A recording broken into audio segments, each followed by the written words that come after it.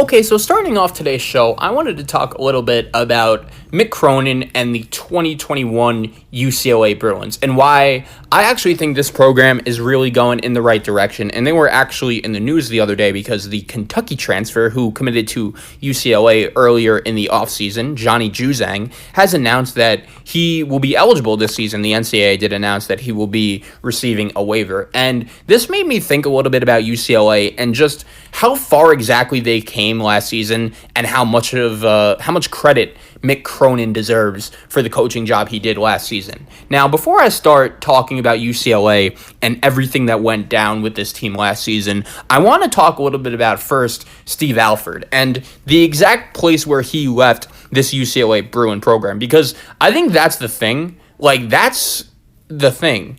UCLA and the Bruins were left in an awful spot when Steve Alford was fired.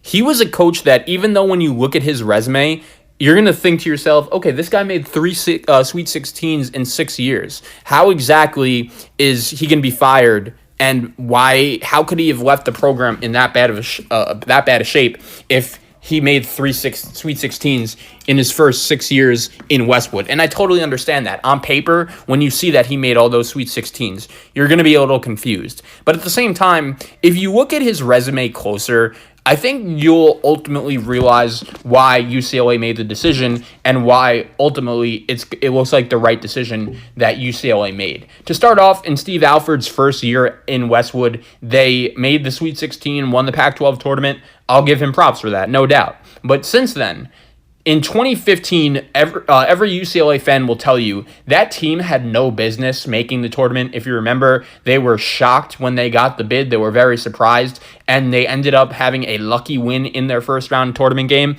against SMU. That was an awful call, and they got to the Sweet 16 by beating the number 14 seeded UAB Blazers, who beat the number 3 seeded Iowa State Cyclones in that NCAA tournament by upset. The following season, they were awful. Very disappointing. Didn't come close to an NCAA tournament. The following season, which most Steve Alford defenders will go to, was the Lonzo Ball year. And even though that was such a fun team and such a fun year, I feel like in the big picture, when you look at it, that team deep down really did underachieve. The amount of talent on that team was nuts. When you had Lonzo Ball, Bryce Alford, Isaac Hamilton, TJ Leaf, who was a lottery pick, Aaron Holiday, NBA draft pick, Ike Anubogu, another draft pick, Thomas Welsh, another guy who has played basketball professionally, and that Bruin team did not win the Pac-12 regular season title. They didn't win the Pac-12 tournament title and barely got to the Sweet 16 and got exposed by De'Aaron Fox and that Kentucky team. And you guys will remember that UCLA team, the way it looked to me, got worse as the season went on because they went into Rupp Arena and into Kentucky and beat them by a decent amount early in the season. But Steve Alford really didn't leave this program in a good direction because he had so much talent, and you could kind of just tell that they didn't want to play for him, and they were just losing game after game after game at the end of the Steve Alford era that UCLA basketball should just never lose. And UCLA historically is one of the best programs in college basketball. I understand that it's kind of hard to get that team to become a winner, and building that team to become a winner when you look at all the academic expectations and everything you have to go through when you want to play at such a prestigious institution like UCLA. But Mick Cronin has done a really good job since he's gotten the UCLA gig. And I'll admit, going into last season, I was a little shaky on the Mick Cronin hire at UCLA, not because I thought Mick Cronin was a bad basketball coach. I absolutely love and respect all of the work he did while he was the head coach of the Cincinnati Bearcats. The only problem was I was just a little concerned about the fit in UCLA, especially last year, because UCLA had all the talent in the world. The problem was it wasn't Steve Alford's players. It wasn't Mick Cronin's players. You know, Mick Cronin, I think a big reason as to why he was so successful at Cincinnati was because he built his programs and he built his roster based on the type of style of basketball he plays, and he used his personnel to his advantage in that sense. When you looked at last year's UCLA Bruin team, these were all guys that were recruited and brought into this program by Steve Alford. And the crazy thing about last year's UCLA team was that early in the season, it really didn't look like they were going anywhere. As a matter of fact, I thought things could have spun out of control real quickly. When they lost at home to Hofstra, when they lost at home to Cal State Fullerton, most people, including myself, did expect the Bruin players to say, all right, we weren't even brought in or recruited by this guy. We all know this program really isn't going anywhere anytime soon, so why exactly should we play for this head coach? And the Bruins, I once again didn't think they'd be any good. And early in the Pac-12 season, they were struggling as well. I remember they lost a game in blowout fashion to Arizona State on February 6th. They lost that game by 18 points, a final score of 84-66, and that loss put them at 12-11 overall and 5-5 in the Pac-12. And all of a sudden, I don't know what exactly happened, but after that game, the Bruins just started playing some awesome basketball. They won 7 games in a row, and then the season got canceled. And I do think if the NCAA tournament, if the Pac-12 tournament would have happened, the Bruins definitely would have had a decent shot to make a run. And when you look at the outlook for the Bruins next season, a lot of people are going to say and talk about Deshaun Nix, the kid that was a McDonald's All-American, elite top 15 recruit. A lot of people consider him to be one of the best guards in this freshman class.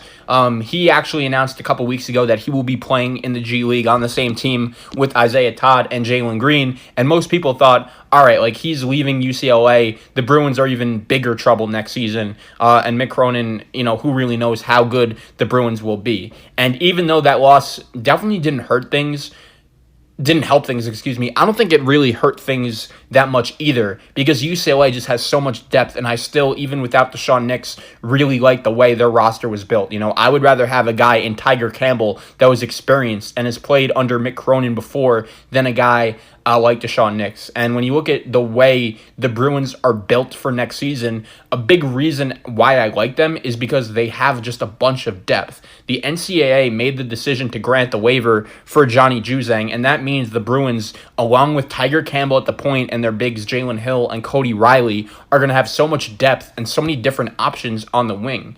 And once again, UCLA is going to have to wait on probably their best player, Chris Smith, and they're going to have to see if he returns to school or not after he declared as an early entrant into the 2020 NBA draft. But even without him, the Bruins still have 4 other players returning besides him and Johnny Juzang. Those 4 players are Jake Kyman, Jules Bernard, Jaime Jaquez, and David Singleton. And the cool thing about that group of 4 is that each of those guys do different things, like a certain thing that are all different, very well. And I think when you look at, when you ask yourself, how are good college basketball teams built and how are successful college basketball teams built? You need, your 1 or 2 star players, and you need role players that could do those things. You need role players that could rebound. You need role players that can make threes. You need role players that could do all that. And I think when you look at that group of wing players, you have that formula. You have those ingredients. Jake Kyman is a kid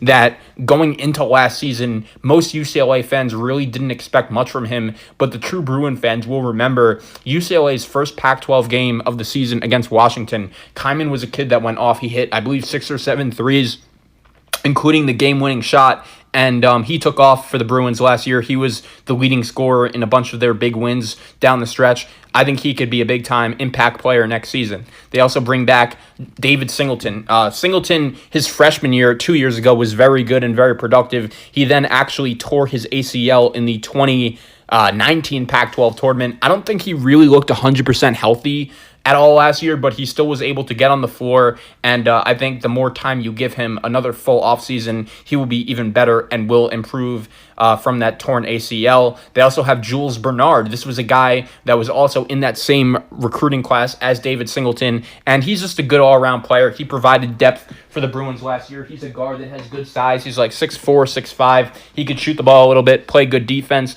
And finally, Jaime Jaquez. And Jaquez is a really interesting player because one of the main reasons for UCLA's turnaround in the middle of last season was due to Cronin's decision to, go away from playing a two big lineup with Hill and Riley and going with the 6'6" Jaquez as a mobile, bouncy four-man. And when you play him with one of those big men and a guy like Chris Smith that could create a shot and is also really athletic, and Tiger Campbell, a true point guard, and then guys like Kyman or Bernard or Singleton, that is the exact blend I'm talking about, and that is the kind of team that I think could go far in the NCAA tournament and be successful. This type of versatility next season, especially if Chris Smith returns to school, could be really cool for the Bruins. If Smith does return, Cronin would have 8 players on his roster that stand between 6'4" and 6'9", which would give him the type of defensive length at multiple positions that he really likes.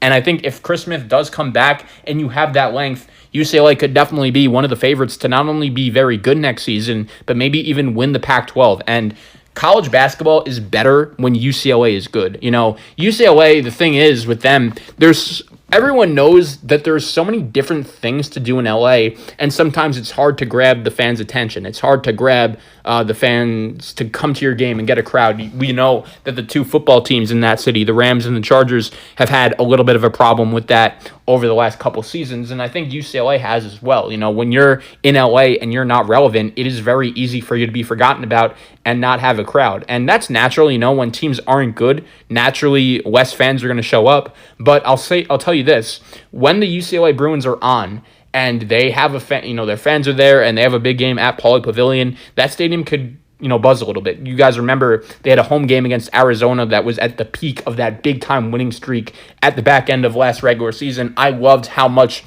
Mick Cronin was able to turn around his program and turn around the atmosphere at Pauley Pavilion, because I believe UCLA still, they are one of the best programs in the history of college basketball. And even though the kids today don't really know who exactly John Wooden is, they didn't see Bill Walton play. The history and the tradition of that program is always unmatched, and I do believe college basketball is in a better overall spot when the UCLA Bruins are good, and I think Mick Cronin is doing a really good job directing his program to go there and to reach those heights, and I like the momentum UCLA is building, and I think the Bruins are going to be pretty good next season.